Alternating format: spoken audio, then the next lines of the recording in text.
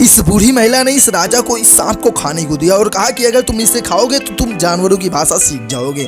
फिर राजा उस सांप को लेकर जाता है और अपने घर के रसोइये को बुलाता है और कहता है कि तुम इस सांप के मांस को बनाना और तुम इसको मत खाना। और फिर उसके बाद यह रसोइया इसको खाना बनाता है और फिर यह थोड़ा सा इसको भी चख लेता है और चखने के बाद यह देखता है तो यह मच्छियाँ कुछ होती हैं या बात कर रही होती हैं और बत्तख भी आपस में कुछ बातें कर रहे होते हैं। और फिर राजा भी उस सांप का मांस खाता है और राजा को भी उन पक्षियों और जानवरों का बात सुनाई देने लगता है और इसको भी शक होता है कि लगता है कि इसका रसोइया भी उस सांप को खाया है। फिर एक दिन दो बत्तख कुछ इस तरह से बात कर रहे होते हैं एक रानी के बारे में और फिर उसके बाद यह जो आदमी होता है यह इसको ध्यान से देखने लगता है, उनकी बातें सुनने लगता है और इस राजा के कप में शराब को ज्यादा गिरा देता है। अब राजा को अंदाजा हो जाता है कि लगता है इसने भी सांप को चखा था, इसलिए यह भी उस पक्षियों का जानवर का आवाज सुन सकता है। फिर उसके बाद यह कहता है कि तुम उस रानी को खोज कर लाकर मुझे दो जिस रानी के बारे में वो पक्षियां बात कर रहे हैं। तब तक यह रानी निकल जाता है उस रानी के तलाश में और फिर देखता है तो यहाँ चींटियां जल रही होती हैं तो यह बुझा देता है। फिर चींटियां कहती हैं मैं तुम्हारा भविष्य में मदद करूंगी। फिर उसके बाद जैसे आगे बढ़ता है तो देखता है दो पक्षियां जो जिनकी माँ गायब हो जाती है।